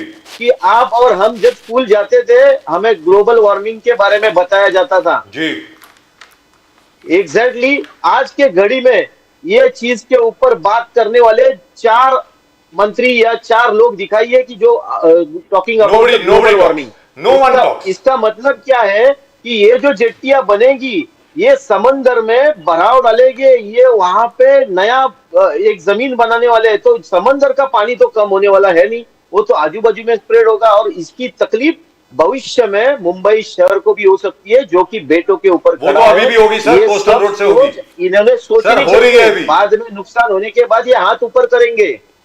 अरे पठारे साहब, आई एम सो सॉरी, निजाम साहब एंड द्विवेदी साहब, I am coming to you, just give me a minute. I really need to talk about this. There are two things here. First, we were discussing the education matter. Sir, 2014 I think, right? कि 2019. Just one second. One second. This is very important. Really and truly important. The budget, education budget allocation has fallen by 4.5%. Maharashtra का जो education budget है वो 4.5% से कम हुआ है sir, और आप और ज्यादा भाषाओं को थोपने की बात कर रहे हैं लोगों के ऊपर. नंबर 2, जो वाडवान पोर्ट की जो बात हो रही है, जब उसका इनॉग्रेशन हुआ था सर, जहां पर इनॉग्रेशन होना चाहिए था उसके 4 किलोमीटर अंदर किया गया. आपको भी मालूम है क्यों किया गया, शायद निजाम साहब को याद नहीं हो या संजय द्विवेदी साहब को याद नहीं हो. सारे मछुआरे जो थे अपनी बोट्स लेकर के वहां पहुंच गए थे. उन्होंने ये कहा था यहां पर हम होने नहीं देंगे. सर, कोंकण का जो सी है, पता नहीं आप लोग कभी समंदर में कोंकण में गए कि नहीं गए, मुझे मालूम नहीं है. Sir, do you know it is the only place in India, आप अगर समंदर के पास खड़े हैं ना, बीच के ऊपर अगर आप खड़े हैं, you can see the sea bed, the water is so clean. Once this port comes up there, it will be a disaster. Let me tell you this. अब आप बोलें सर, पठारे साहब प्लीज. पहली बात तो it is related about the कोकर you said, so मैं अपने जो आप मान्यवर बैठे हैं उनको कहूंगा कि आपको अगर कोकन के अच्छे समंदर देखने हैं, please give a call to me. आपको मैं ऐसे प्लेसेस बताऊंगा कि वहां पे जाके आप रियलाइज करेंगे कि हर समय फॉरेन जाने की जरूरत नहीं है, we can enjoy here only. Yes. और दूसरी बात, आपने एजुकेशन के बारे में बताया कि 4% लेस हुआ है और ये लोग भाषा बढ़ा रहे हैं। जी। आपको मालूम होगा मनसे की तरफ से प्रति महानगर पालिका, जो कि अभी बीएमसी एक्टिव नहीं है, तो हम मनसे की तरफ से हमारे संदीप जी देशपांडे ने जो एक कंसेप्ट रखा है कि प्रति महानगर पालिका वहां पे लोगों के सब्जेक्ट हम लेके जा रहे हैं। उसमें परसों ही मैंने मुंबई महानगर पालिका के बजट के बारे में बोला है कि जो बजट 32 मतलब 3,400 300 का था, इस साल में 450 से बढ़ गया है, 4 से 450 करोड़ से बढ़ा है। और एजुकेशन के लिए, पर्टिकुलरली एजुकेशन के लिए। और आप मेरे श्रोता और ये हमारे जो मान्यवर बैठे उनको भी शायद पता होगा कि ओनली मुंबई महानगर पालिका कंडक्ट 8 लैंग्वेजेस स्कूल, जिसमें बंगाली है, तेलुगु है, उर्दू है, हिंदी है और भी 2-3 भाषा, मतलब 8 लैंग्वेज के स्कूल महानगर पालिका कंडक्ट करते हैं। हमारे मुंबई के किसी भी मतलब राज साहब हो या और भी मतलब उद्धव ठाकरे हो और भी कोई भी लीडर हो, कभी इसके ऊपर उन्होंने रोका नहीं, कभी कहा नहीं कि ऐसे स्कूल नहीं चलने चाहिए।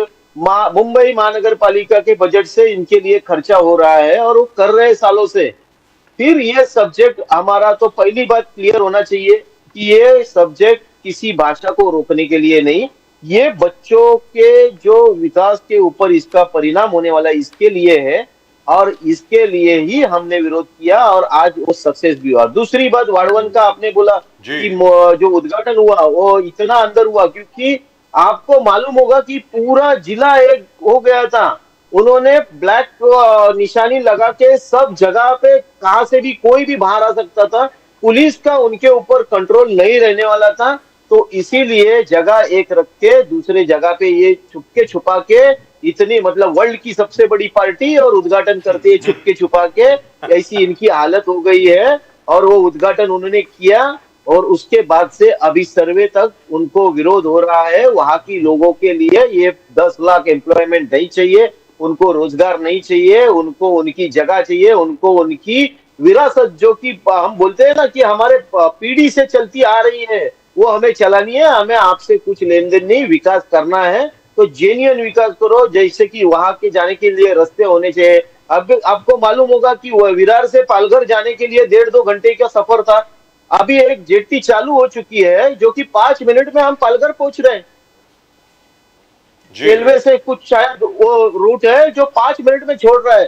तो ऐसी चीजें जो है वो डेवलपमेंट में यूज हो सकती है। ये बंदर बना के, रिफाइनरी ला के या ये बच्चों को थोप के, इससे कुछ होने वाला नहीं। इनके पास सत्ता है, इन्होंने इसकी अच्छी से इस्तेमाल करना चाहिए, लोगों को तकलीफ नहीं देनी चाहिए, इतना कहना। निजाम साहब आपको लगता नहीं है कि विकास वही होना चाहिए, वैसा विकास होना चाहिए जहां जैसे स्थानीय लोग चाहते हो? और 2019-2020 का जो बजट था एजुकेशन का महाराष्ट्र सरकार का, उससे 4% कम कर दिया गया है। ठीक है, total amount has gone up, but overall budget से 4% लेस। तब उस वक्त 20% के करीब होता था, आज 13.5% है, 13.9%। ये क्या है सर निजाम साहब? सर, सबसे बड़ी बात तो है कि महाराष्ट्र को पहले ये देखना चाहिए कि उसकी कर्जे की क्या हालत है जी। यानी आज ऐसी हालत हो गई है कि कल ब्याज देने को पैसा नहीं रहेगा, मूलधन छोड़ दीजिए। तो कम से कम जो जरूरी डेवलपमेंट है जिसके लिए उनको काम करना चाहिए, इतना सारा चीजें उन्होंने अभी बताई, तो पहले सरकार को उसको सोचना चाहिए। सरकार वो काम करना चाहती है जिसमें झगड़े हों, कि लोग उनसे ये ना पूछें कि 5 साल में आपने क्या किया है। लेकिन महाराष्ट्र कितना पैसा बर्दाश्त कर सकेगा कर्ज को, उससे 10 गुना 50 गुना ज्यादा सिर्फ कर्ज ले रहे। तो ये कर्ज ले लेकर अगर कोई चीज डेवलप करना चाहेंगे तो कितना करेंगे और पैसा कहाँ से रिटर्न आएगा? तो ये चीज सोचने की आवश्यकता है। और ये सरकार डेवलपमेंट का कोई काम अब तक ऐसा नहीं ले आई जिसके साथ जनता खड़ी हो। हर काम में इनके आज इसलिए विरोध हो रहा है क्योंकि कोई भी चीज ये खुद नहीं प्लान कर रहे हैं, बल्कि इनके पीछे एक लॉबी है गुजरात के नेताओं की या आरएसएस के नेताओं की, जो इनसे करा रही है, जो महाराष्ट्र को नुकसान करेगी। जी। कि इसलिए जरूरी है कि इनसे सावधान रहने की जरूरत है, इस सरकार से बचने की जरूरत है। और महाराष्ट्र की जनता को मैं सलाम करता हूं कि पूरी ताकत के साथ महाराष्ट्र की जनता अपने हक के लिए लड़ने सरकार के विरुद्ध खड़ी है। किसी भी मुद्दे पर वो रोड पे आने को तैयार। प्रदीप जी। बट बार बार जिस प्रकार से आप मोदी जी का विरोध कर रहे हैं, इंडियन नेशनल कांग्रेस, राहुल गांधी जी, खड़गे साहब, निजामुद्दीन जी 3 नेशन टूर में गए थे, तब भी आपने आलोचना कर दिया कि किस प्रकार से जा रहे हो। 5 नेशन टूर में प्राइम मिनिस्टर मोदी जा रहे हैं, उसमें भी आप आलोचना कर रहे हो कि मणिपुर कब जाएंगे, आप दुनिया घूम रहे हैं मणिपुर। तो ये क्या है, बार बार आप विदेशी डिप्लोमेसी। जो अच्छा काम करेंगे उसमें सरकार के साथ हम खड़े हैं। आपने देखा कि पाकिस्तान अटैक के मामले में कांग्रेस अध्यक्ष से लेके कांग्रेस का एक एक सिपाही सरकार के साथ, देश के साथ खड़ा है। अगर मोदी जी अच्छा काम करेंगे तो 100% उनके साथ खड़े होंगे। लेकिन अगर आप देश के लोगों को धोखा देंगे, आपका अधिकारी जाके दूसरे मुल्क में ये कहेगा कि हमने तो ये पहले से बता दिया, आपका अधिकारी जाके कहेगा कि हमको जो कहा गया कि आप अटैक मत करो, अगर इस तरह की चीजें अगर जनता के सामने आएगी तो सरकार का विरोध तो होगा। तो इसमें मोदी का विरोध कहाँ आता है? विरोध तो मोदी के कर्मों का आ रहा है। अगर मोदी अच्छा काम करेंगे तो देश उनके साथ खड़ा है। पाकिस्तान के मुद्दे में पूरे हिंदुस्तान का एक एक बच्चा, पार्टी का एक एक कार्यकर्ता, देश का एक एक नागरिक भारत देश की सेना के साथ मजबूती से खड़ा रहा। कहीं किसी को मौका दिया क्या किसी ने? लेकिन जब उनकी पोल खुल रही है कि वो खुद झूठ बोल रहे हैं, वो देश की जनता को धोखा दे रहे हैं, वो देश की मिलिट्री को धोखा दे रहे हैं, तो जब वो झूठ बोल रहे हैं तो वो बातें सामने आएंगी ना सर। जी द्विवेदी जी, बात यह है कि बार बार आप आर्टिकल 356 के बात किए, आप बार बार जो भी निर्णय कांग्रेस बीजेपी ने लिया उसका विरोध किया, बट आखिरकार ये दिख रहा है कि तरक्की के राह पर महाराष्ट्र जा रहा है। एफडीआई में नंबर 1 है महाराष्ट्र। पूरे जितने एफडीआई पूरे देश के 40% महाराष्ट्र में आ गया है। देवेंद्र फडणवीस, इंफ्रास्ट्रक्चर हो, अलग अलग विभाग हो, अलग अलग डेवलपमेंट हो, हर चीज में महाराष्ट्र नंबर 1 पर आ रहा है। फिर भी आलोचना यही है कि फडणवीस जी कुछ नहीं कर रहे, बीजेपी कुछ नहीं कर रहे, फार्मर्स का हित सुरक्षित नहीं है। द्विवेदी, कब तक ये आलोचना चलता रहेगा? डेवलपमेंट इंफ्रास्ट्रक्चर आप पूरे देश में देख रहे हो, महाराष्ट्र में। प्रदीप जी, आप बहुत अच्छी बात कह रहे हैं, धन्यवाद आपको। आप एक चीज मुझे बता दीजिए, दिल्ली में अरविंद केजरीवाल जी ने कुछ घोषणाएं की कि साहब ये सुविधाएं हम जो है अपने नागरिकों को देंगे। सबसे ज्यादा विरोध किसने किया? माननीय प्रधानमंत्री जी ने, बीजेपी ने, कि साहब ये तो गलत है, नहीं जोड़ी नहीं बांटनी चाहिए, ये नहीं करना चाहिए, वो नहीं करना चाहिए। कर्नाटक में आ जाइए आप, कर्नाटक में सरकार इनकी चली, वहां बोले साहब वो दे नहीं रहे हैं। आप एक चीज देखिए, 2014 के बाद से 2014 के बाद सोनिया गांधी, राहुल गांधी, उद्धव ठाकरे, या जो विपक्ष के जितने नेता हैं, जिस मानसिकता से उनका विरोध किया गया, जिस मानसिकता से उनके लिए बात की जा रही है, आज भी ऐसा नहीं कि आज ही बात नहीं की जा रही, आज उनके लिए जिस मानसिकता से भारतीय जनता पार्टी के प्रवक्ता बात करते हैं, क्या ये देश हित में? ये देश वही है जहां पे माननीय प्रधानमंत्री राजीव गांधी ने माननीय अटल बिहारी वाजपेयी को विदेश भेजा, एक पैनल बना के, जिसमें उनका वहां इलाज हुआ। यही इंदिरा गांधी है जिन्होंने जिनेवा वार्ता के लिए विपक्ष के नेता को भेजा। तमाम ऐसे उदाहरण मौजूद हैं कि साहब उनको ग्वालियर से, जब युद्ध शुरू हुआ, ग्वालियर से उनको बाकायदा गाड़ी भेज के बुलाया गया। ये वही देश है। इस देश की संस्कृति वही है कि अगर एक सीट सांसद नहीं था तो हमने विपक्ष में तोड़फोड़ करने की कोशिश नहीं की। लेकिन 2014 के बाद क्या हो रहा है कि साहब आप पर्सनली, मानिए सोनिया गांधी, भाई सोनिया गांधी है कि आप विधवा कह रहे हैं, दूसरी बातें कह रहे हैं, तो वो माननीय राजीव गांधी की धर्मपत्नी थी। और बहू का सम्मान तुम्हारे देश में सबसे ज्यादा है, बहू बेटी का। आप इस तरह की वार्ता कर रहे हैं जिसकी अभी आपने कहा बहुत आगे बढ़ रहा है। अभी 10 गारंटियां मानी एकनाथ शिंदे जी ने जब मुख्यमंत्री थे चुनाव में कही उन्होंने। इसके बाद उन्हीं मुख्यमंत्री के ऊपर परिवहन घोटाला लगा दिया गया, कितने करोड़ रुपए का लगाया गया, लेकिन क्या उसकी जांच अभी तक हो पाई? आप जनता में दिखाने के लिए बात करते हैं कि साहब हम तो देवेंद्र फडणवीस तो बिल्कुल बिल्कुल निरीह है, बिल्कुल स्वच्छ है, स्वच्छ मानसिकता से काम कर रहे हैं, और हमने अपने पूर्व मुख्यमंत्री के ऊपर So let me welcome Kiran Sonawane Sahab. Kiran Sonawane Sahab of the Eknath Shinde Sena with us right now. Kiran Sonawane Sahab, namaskar. नमस्कार सर, नमस्कार, जय हिंद, जय महाराष्ट्र। नमस्कार सर। जय हिंद, जय महाराष्ट्र। सर, अभी जो मराठी भाषा को लेकर के जो जीआर कैंसिल किया गया, वापस लिया गया, उस विषय के बारे में एकनाथ शिंदे साहब ने कुछ बोला नहीं। Everybody is wondering why is Shinde साहब quiet? सोनावने साहब। देखिए, हमारी सरकार ने हमारे मुद्दे के दौरान हमने पहले भी ये स्पष्ट कर दिया था कि जो अभी मराठी कर रहे हैं और उसको लेकर राजनीति करना चाह रहे हैं, ये मूलतः मराठी के विरोधी लोग हैं। इन्होंने वो प्रस्ताव पारित किया था हिंदी के सख्ती का, इन्होंने माशेलकर कमेटी का अहवाल को स्वीकार की थी जिसपे सिग्नेचर इन लोगों के हैं।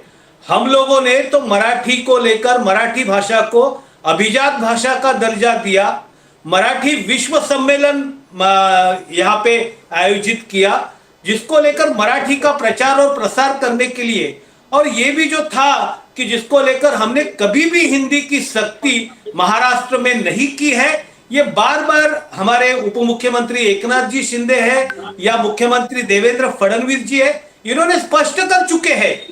लेकिन जिनको जनता में कोई स्टेटस नहीं है, वो कोई तो भी मुद्दा लेकर विपक्ष वाले लोग जो शिल्लक करके रहे, गिने चुने लोग जिनके पास है, वो लोग मराठी का लेकर अपनी राजनीतिक जो रोटी है वो सेकना चाहते हैं। ये इतिहास है। जब भी ये यानी माशेलकर कमेटी का अहवाल किसने स्वीकारा, इसके ऊपर किसने सिग्नेचर है, किसने लागू की थी, यहां तक कि जो 5वीं के बाद हिंदी की सख्ती थी उसको रिमूव करने का काम अगर किसने किया होगा तो हमारे सरकार ने, माननीय मुख्यमंत्री जब एकनाथ शिंदे थे उन्होंने किया था। ये फैक्ट है। लेकिन लोगों को गुमराह करने के लिए राजनीति की जा रही है, वो उसको राजनीतिक स्तर के ऊपर जवाब देने के लिए हम सक्षम है, वो देंगे जी। अब but you know, as Patre साहब किस प्रकार से मनीष पाटरे जी है मनसे से, उनका कट्टर कहना है कि उद्धव जी और राज साहब ठाकरे, he doesn't believe जो आप कह रहे हैं कि बशर, you want to reply to that? Patre साहब, आप रिप्लाई करना चाहते हो सोनावणे साहब के? सोनावणे साहब फ्रॉम शिवसेना, बोलिए। एकनाथ शिंदे साहब जी, आ रही है आवाज? आ रही है? आ रही है सर, फर्स्ट क्लास आ रही। हाँ सर, इसमें मैं एक बात पूछता हूँ इन लोग को। ये अभी लास्ट 10 साल से और अभी ये 11वां साल चालू है इनका, ये सत्ता में है। हाँ, एकनाथ शिंदे जी हो या देवेंद्र फडणवीस हो या ये युति की अभी जो सरकार बनी है, ये इन्होंने ये लॉ लाया कि चलो हिंदी की सख्ती नहीं है लेकिन उसको वर्ड घुमा के, तो यहाँ पे इनका कहना क्या है, तीसरी लैंग्वेज कौन सी आने वाली है? अगर हिंदी नहीं यूज करते हैं तो हिंदी की इन्होंने बुक छापने को क्यों दी? यहाँ पे तमिल चलने वाली है क्या? और इससे भी बड़ी बात, जैसे मैंने आपको अभी एक मुद्दा बताया था कि स्कूल की हालत जो हमारे यशवंत किलेदार ने जो बताई है बैनर लगा के, वो इसी हालत है। और उससे भी गई गुजरी मैं आपको अभी एक स्कूल का नाम और एड्रेस देता हूँ। ये सत्ता में बैठे हैं, इनको उसके ऊपर पहला रिप्लाई देने के लिए बताइए, उसके बाद इनको बोलिए बड़े बड़ी बातें कीजिए, किसने क्या किया इससे हमें कुछ लेन देन नहीं। हम अगर लोगों के ऊपर अन्याय हो रहा है तो बताऊंगा। मैं आपको एड्रेस बता रहा हूँ, अक्कल कुआ करके जो नंदुरबार में है, वहां पे केरववाड़ी, अक्कल कुआ नंदुरबार में केरववाड़ी का जो स्कूल है, जो कि आदिवासी लोग बच्चों का स्कूल है, वहां से उनको पहाड़ी चीर के नदी के ऊपर से, जो कि एक पेड़ गिराया हुआ है, उस पेड़ को पकड़ के, रस्सी पकड़ के वो पेड़ के ऊपर चल के आदिवासी बच्चे लोग और उनके टीचर को आना जाना पड़ रहा है। तो ये सरकार को ये मालूमात है कि नहीं? आप टीवी पे उनको पूछिए कि ये आपको मालूम है कि नहीं, हमारे बच्चे पेड़ के ऊपर से ट्रेवल करके आ रहे हैं, जो कि नीचे बड़ी नदी जा रही है और उसके ऊपर एक पेड़ आड़ा डाला है। आदिवासी लोग हैं, उन्होंने वो खुद क्रिएट किया है, वो भी गवर्नमेंट का नहीं है। लेकिन आने जाने के लिए, संपर्क के लिए रोड है नहीं, इंफ्रास्ट्रक्चर है नहीं, बस हमें पढ़ने की जिद है। वो बच्चे लोग अपना जान खतरे में डाल के अगर वहां पे पढ़ने के लिए जा रहे हैं, और ये कौन सी बड़ी बातें कर रहे हैं सरकार में बैठ के। ये इंफ्रास्ट्रक्चर के ऊपर जो बातें हो रही थी, किसे चाहिए इतना इंफ्रास्ट्रक्चर? और अगर समृद्धि मार्ग में इतना बड़ा खर्चा किया है, तो उसे कैसे उसके ऊपर होल गिर रहे हैं, कैसे कुछ कोलैप्स हो रहा है, ये इसके ऊपर किसी के ऊपर अभी तक गुना दाखिल नहीं हुआ है। इसका मतलब ये बजट जो रहता है, हजारों करोड़ का राजीव बजट सर, मुझे देने कुछ का, सुनाई नहीं दे रहा है। आधा पैसा जमा कर लेने का, यही काम चालू है इनका। टेंडरिंग के ऊपर जा रहे हैं सरकार। सर, कर्जा महाराष्ट्र किरण के सोनावने ऊपर साहब, घर इनके चल रहे हैं। Can't hear. किरण सोनावने साहब, आपको मेरी आवाज आ रही? सोनावने साहब, can you hear me? Rajeev sir, मुझे कुछ भी सुनाई नहीं दे रहा है। Right, बिल्कुल I'll आवाज just नहीं आ solve रही। it in a minute. Gentlemen, can we do this, please? What are we doing? Kiran Soramne Sahab has not been able to hear anything that Mr. Pathare has said. And sir, आपने earphone नहीं लगाया शायद। महाराष्ट्र की सरकार की भी हालत ऐसी ही है, जनता का कुछ भी सुनाई नहीं देता उन्हें भी। जरा उन्हें भी आप थपथपाइए। पाटरे साहब, तब तक मैं एकनाथ शिंदे जी और देवेंद्र फडणवीस जी, अजित पवार, जो डेवलपमेंट आपने समृद्धि महामार्ग के कहा, बोला कि that is one of the greatest development. शक्तिपीठ पे ऑलरेडी मोर्चा, बोले सब किसान ऑलरेडी आंदोलन पर बैठे हैं। वाधवन पोर्ट 76,000 करोड़ का प्रोजेक्ट है, 10 लाख एम्प्लॉयमेंट है, वहां पर भी आप कहते हैं कि ये गलत है, नहीं होना चाहिए। सब लोग आंदोलन पे उसके खिलाफ हो गया। 300 एकड़ सेंट्रल पार्क एकनाथ शिंदे जी का है, प्रोजेक्ट ड्रीम प्रोजेक्ट, उसमें काम चालू है, क्या वहां भी विरोध है आपका? फिर 7 मेजर इंडस्ट्री, 125 इरिगेशन प्रोजेक्ट है, जल जीवन मिशन और जल युक्त शिविर 125 के ऊपर ऐसे प्रोजेक्ट्स है जो 1 लाख इनका काम मैं गिना रहा हूं। आप सबसे बड़ा नाम आप भूल गए, बुलेट ट्रेन। हाँ, बुलेट उसके ट्रेन। लिए तो हमें कड़वा विरोध है। हमारे ट्रेन में से लोग गिर रहे हैं, वो मौत के घर जा रहे हैं, और ये बुलेट ट्रेन के सपने दिखा रहे हैं। सर, वो उसका स्टेशन हमारे बिल्कुल ऑफिस के साथ है, ऑफिस के बाद बीकेसी में है। Our office is very close to it sir. और अभी तक वो काम ही चल रहा है। I don't know when it will be completed. Sonawane साहब, can you hear us now? Sonawane साहब, राजीव सर, मुझे कुछ सुनाई नहीं दे Right, रहा है। so कुछ gentlemen, सुनाई नहीं can दे रहा, you मैं क्या please- जवाब दूं? मुझे can you कुछ भी please उन्होंने क्या solve बात the की, audio? उसको कुछ सुनाई नहीं दे रहा है मुझे। as Pathare साहब said, this government does not hear. Sonawane साहब, सरकार जो है कुछ सुनती नहीं है, सीधी सादी बात है। वेरी आपको- convenient, very convenient that I can't hear anything. Sonawane वो क्या साहब- हुआ प्रदीप जी, आपने सुना नहीं? पठारे साहब ने जब वो उदाहरण दिया कि आदिवासी बच्चे जो हैं वो एक गिरे हुए पेड़ के ऊपर लटक करके नदी पार करके स्कूल जाने, क्योंकि स्कूल जाने की उनकी जिद है इसलिए जा रहे हैं, तो सोनावने साहब को सुना ही नहीं दे रहा है। Amazing, really and truly amazing. Dwivedi ji, मगर अब भी आप बार बार वो असंवैधानिक सरकार, जब एकनाथ शिंदे जी, भ्रष्ट सरकार, भ्रष्टनाथ शिंदे, ये कौन से एडजेक्टिव्स आप बार बार, द्विवेदी जी, ये क्या ठीक है? भ्रष्टनाथ, कॉन्ट्रैक्टर, बिल्डर सरकार, अब तो वो नहीं है ना। प्रदीप जी, 5 लाख वोटर लोकसभा में भरे थे। आप तो मुंबई के हैं जी, पसंद में पत्रकार भी हैं, और 40 लाख वोटर 4 महीने में बढ़ गए। ये संभव है क्या? मगर आप इलेक्शन, हाईकोर्ट ने रिजेक्ट कर दिया आपका पिटीशन। प्रकाश हाईकोर्ट रिजेक्ट कर दे, लेकिन हाईकोर्ट रिजेक्ट कर दे, सुप्रीम कोर्ट रिजेक्ट कर दे, प्रधानमंत्री रिजेक्ट कर दे, लेकिन जो सच्चाई है, हाईकोर्ट क्यों रिजेक्ट कर रहा है? क्योंकि चुनाव आयोग जो है, ईडी हुई, सीबीआई हुई, ये सब मैदानी संस्था है। इसमें अपना ऑर्डर देने में हाईकोर्ट को थोड़ा सा बहुत दिक्कतें आती हैं। तो हाईकोर्ट ने मान कर दिया, लेकिन मैं आपसे पूछ रहा हूँ कि 40 लाख वोटर कैसे बढ़ गए? और उसकी 3 महीने वाली सब वीडियो क्लिप हटा दिए गए। क्यों हटा दिए गए? आगे 5 बजे 60% वोटिंग हुई और 8 बजे रात में 70% वोटिंग हो गई। कैसे हो गई? 90% बैटरी के जो चार्ज बैटरी मिल रही है वो 90% मिल रही है।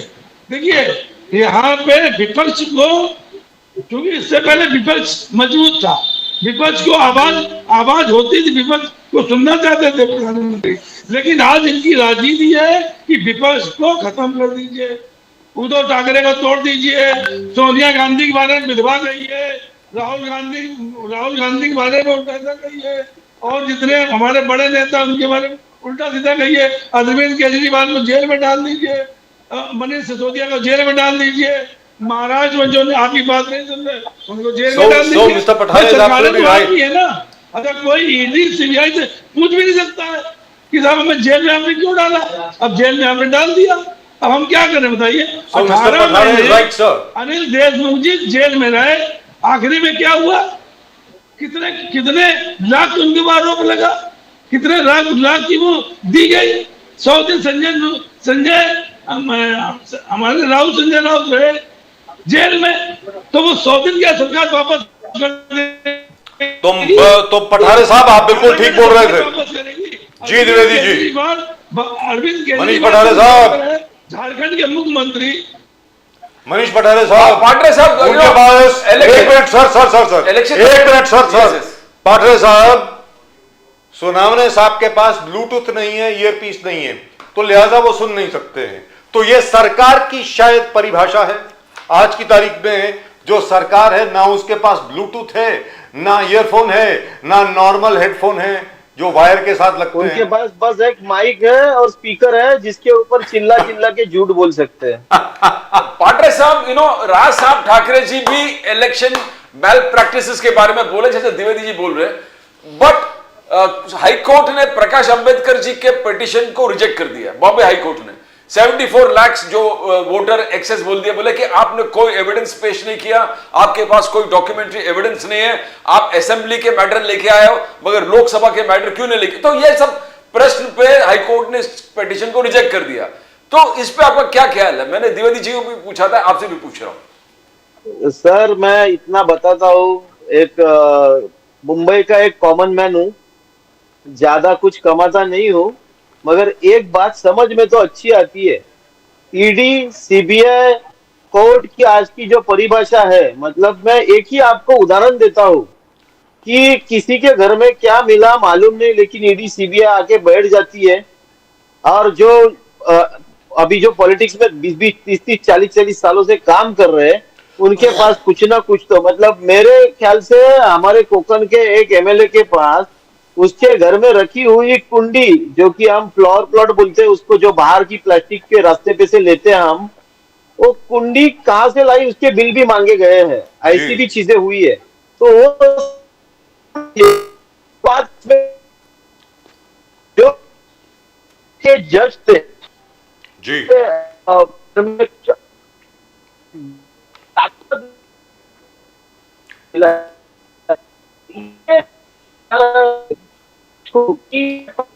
और ऐसे ही के पास है, या हर ये एजेंसी जो चल रही है सभी सरकार चल रही है, क्योंकि ये सरकार किसके लोग आज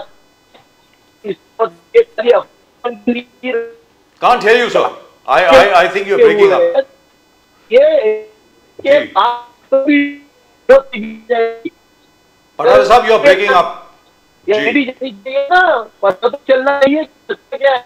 ये मंत्री लोग बैठे हैं, ये इलेक्शन में जो भी आपको मालूम होगा कि कितना पैसा बांटा जा रहा है, कैसे बांट रहे, कहां से ला रहे, कैसे दे रहे, पूरी प्रक्रिया को एक लोकशाही का सबसे बड़ा त्योहार इस देश में चलता है, उस त्योहार की हत्या करने का काम गए कुछ सालों से हो रहा है, और इसके ऊपर कोई नजर नहीं दे रहा है, सब नजरअंदाज कर रहे हैं। हमारे जो एक में नेतृत्व है आदरणीय राज साहब ठाकरे, हमेशा लोगों के जो एजेंडा है, लोगों का जो कहना है वही लेके बात करते हैं। और आप मेरे को गए 20 साल से महाराष्ट्र नवनिर्माण सेना 2006-9 मार्च को स्थापन होने के बाद से आज तक आदरणीय राज साहब ने रखी हुई भूमिका बताइए, कहां पे उन्होंने यूटर्न लिया, हर चीज का हम समर्पक उत्तर दे सकते हैं, लेकिन इनके पास ऐसी कोई भूमिका ही नहीं है, लॉयल्टी बची नहीं, ऐसी सरकार चल रही है। दुरुस्त बात। Right, thank you gentleman, thank you very much, great pleasure. और पाटरे साहब, वंडरफुल, कंग्रेचुलेशंस, इसी तरह आप संघर्ष करते रहें। द्विवेदी साहब, उद्धव ठाकरे जी ने भी बहुत बहुत बड़ा दिल दिखाया, उद्धव ठाकरे जी ने भी एकता के साथ राज साहब के साथ एक होकर के ये दिखाया कि जब दोनों ठाकरे मिल जाते हैं तो महाराष्ट्र में क्या होता है। तो जबरदस्त, द्विवेदी जी विजय विजय मेरावा है 5 तारीख को। फैंटास्टिक। बोलिए पाटिल साहब, बोलिए पाटिल साहब बोलिए। बोलिए बोलिए पाटिल मैं साहब। वही बता रहा था, द्विवेदी साहब से आजकल अभी तक मुलाकात तो हुई नहीं, 3-4 जी। बार उनसे सामना तो हो चुका है आपके चैनल के थ्रू, लेकिन शायद 5 तारीख को द्विवेदी साहब मुझे मिलेंगे वहां पे ड्रोन में वर्ली के, और शायद महाराष्ट्र के मराठी मानुस की एकजुटी जो कि वहां पे आने वाली है जल्लोष करने के लिए, हम महाराष्ट्रियन ये विजय, जैसे कि हमारे में कहावत है की दिल्लीचे ही तख्त राखतो महाराष्ट्र माझा, आणि तो दाखवण्यासाठी 5 तारीख को द्विवेदी जी मिलते हैं। जय हिंद, जय महाराष्ट्र, जय मनसे। जय भवानी, हर हर महादेव। Thank you. हर हर महादेव। यस, जय Maharashtra. But really and truly wonderful. I'm telling you, this is a huge victory for Maharashtra Navnirman Sena. बिल्कुल sir. And let's be very clear, it is very generous and very large-hearted of Raj Thackeray Saab to say that, listen, this is a victory for the Marathi Manus and all that. Everybody knows who led this entire agitation. Yes, It was yes. Raj Thackeray. Raj Thackeray Saab के नेतृत्व में ये पूरा protest चला, और let's be very clear, had it not been for this man on your screen, the government would not have withdrawn its 2 GRs. Impossible. It is not possible. So great victory for Raj Thackeray, and I hope Raj Thackeray actually consolidates, as I said yesterday. मतलब उनको अपने आप को बहुत अच्छी तरीके से संगठित करना पड़ेगा, और he must build on this victory, I think. I think he's moving perfectly, एकदम सरल तरीके से, सही तरीके से आगे बढ़ रहे हैं। फर्स्ट ऑफ ऑल उन्होंने कहा कि पहले कोई झंडा नहीं होगा, नो सिंबल नो झंडा।